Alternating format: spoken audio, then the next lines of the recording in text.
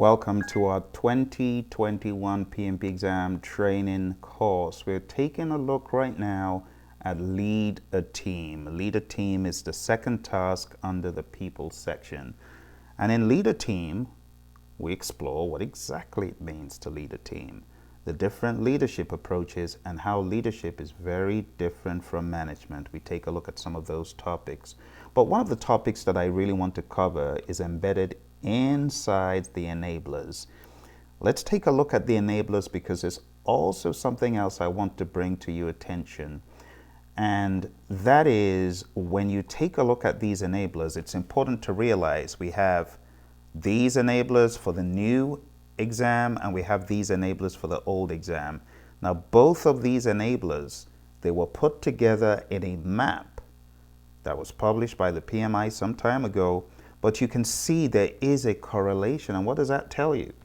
It tells you that this book, PMBOK Guide, 6th edition, is not ready to go away anytime soon. So for the 2021 exam, starting in January, you will use this, at least in my mind, up till probably Q2.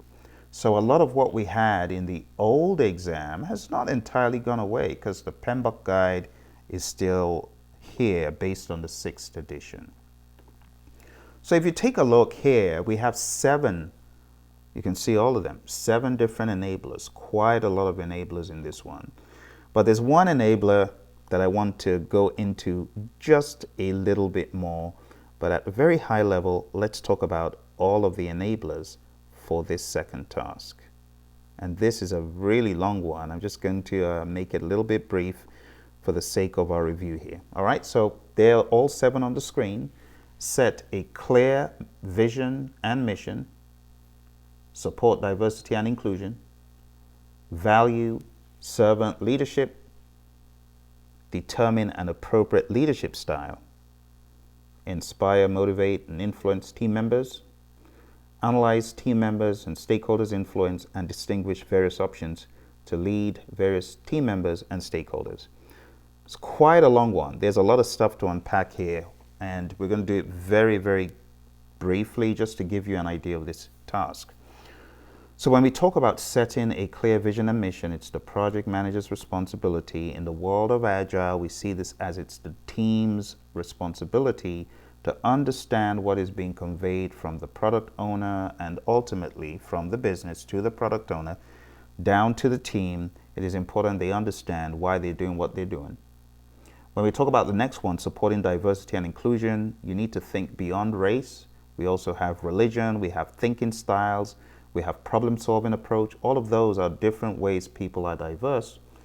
Value servant leadership, we're going to focus on that one.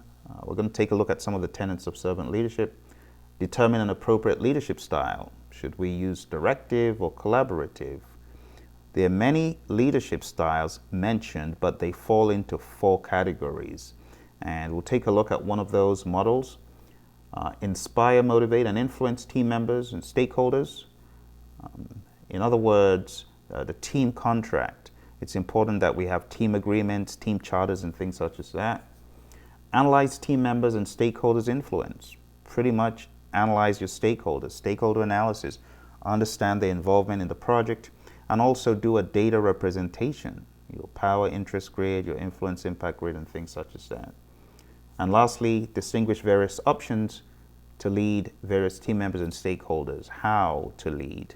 Sometimes it's better to lead through other channels of authority instead of trying to do it yourself, because the measure of leadership is really how you're able to influence. If you're able to influence through some other channel, you've succeeded. So it doesn't always have to be directly from you. You could influence the team in many different ways. All right, so we're going to cut this a little bit short, but we're going to take a look at one of the overarching ideas here, which is on servant leadership. So what exactly is servant leadership? There are 2 views to leadership. Right? We have a top-down view. Leadership is based on position. Power flows from the highest level to the lowest level. We all know that one, right? But then we have a bottom-up approach. And power flows from below, and people can always reject a directive, right? So we can have people at the bottom saying no and being resistant. So it's important that we don't just think about power from the top down. We could think about power from the bottom up. And as we think about power from the bottom up, we've got the upside down pyramid approach to leadership. We have customers and clients, the ultimate beneficiaries of the organization's efforts. Then we have the frontline workers. Then we have managers and supervisors. And then we have top executives who keep the mission and strategies clear. So we could think about it in an inverted way, in that the customers and clients are those with influence. I mean, they can vote in many ways, with their wallet, with their voice, on social media these days, and so on and so forth. When we talk about frontline workers, we're talking about those folks who are in the grunt work. Well, in this inverted pyramid, you can see they're higher. They're supported by leaders below them. So it's about leaders upholding them from below as opposed to lording it over them. So it's just a different way of thinking about leadership, leading into servant leadership topic. So servant leadership is an approach to leadership that recognizes both the top-down and the bottom-up views of authority, and that effectively addresses the interdependent nature of the leader-follower condition. A servant leader is a leader who stays in touch with the challenges and problems of others. So a few things when we talk about servant leadership. Robert Greenleaf is the originator of the term, coined in the 1970s. We're not talking about inmates running a prison. Some think you cannot serve and lead at the same time, but I beg to differ. It's all about what can I do for you? That is the leadership. How can I help you? How can I lift you up? How can I uphold you to get the goals accomplished? That's what the servant leader does.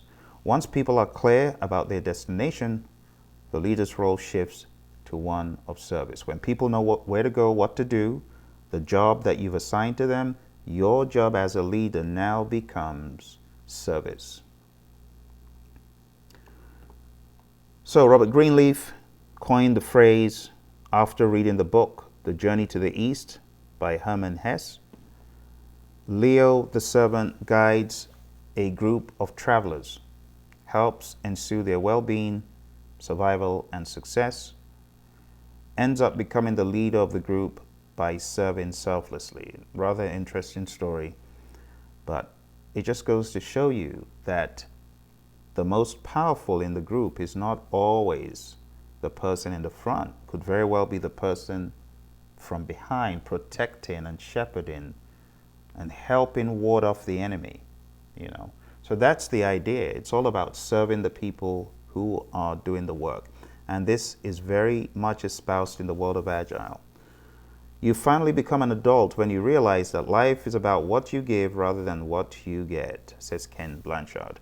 Talking about Ken Blanchard here, we have one section of this that we must attribute to Ken, the Hersey-Blanchard situational leadership theories.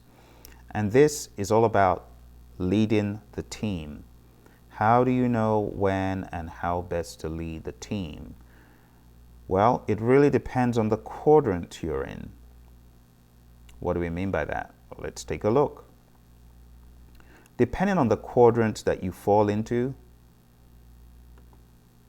you could choose one of these leadership approaches.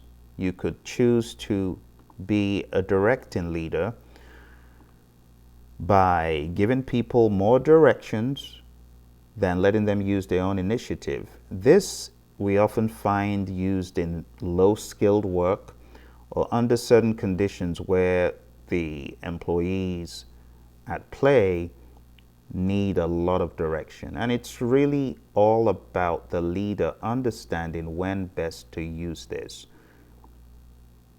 Here we have the enthusiastic beginner.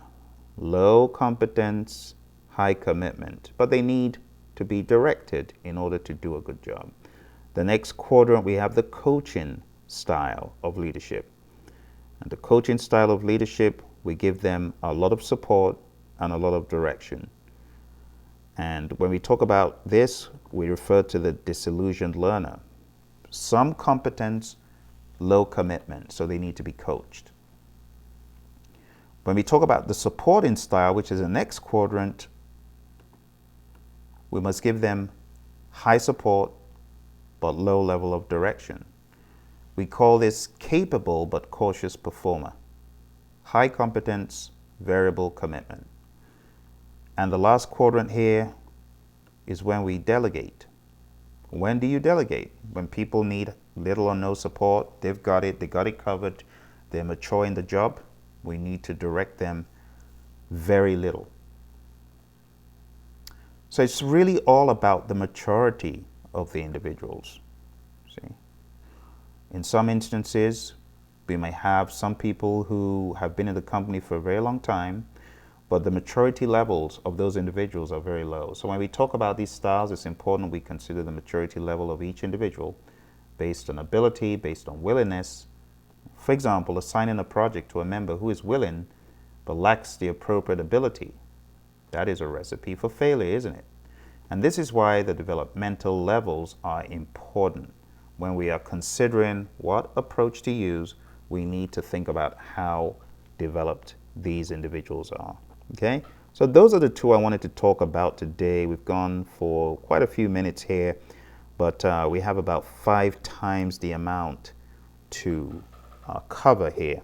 So I'm just going to give you a little quick quiz about this content, very quick.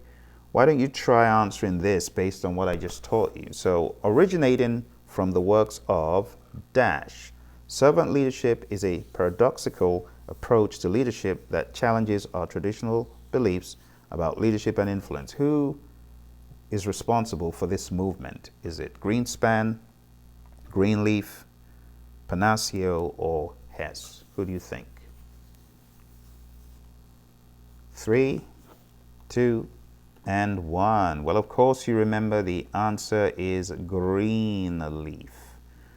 Greenleaf is the originator of this whole movement, okay? I hope you found this to be helpful. If you're looking for training for your PMP exam in 2021, you need to head on down to the website. It's called projectmanagementmasterclass.com. Hit Project Management Masterclass, sign up. You'll be extremely glad you did, because this is very different training. The training on Project Management Masterclass is going to prepare you to face the real world of project management, firstly. Secondly, it is going to equip you to get into the mindset of leadership, of communications, of project management as a whole, and of agile, and to have a hybridized way of thinking.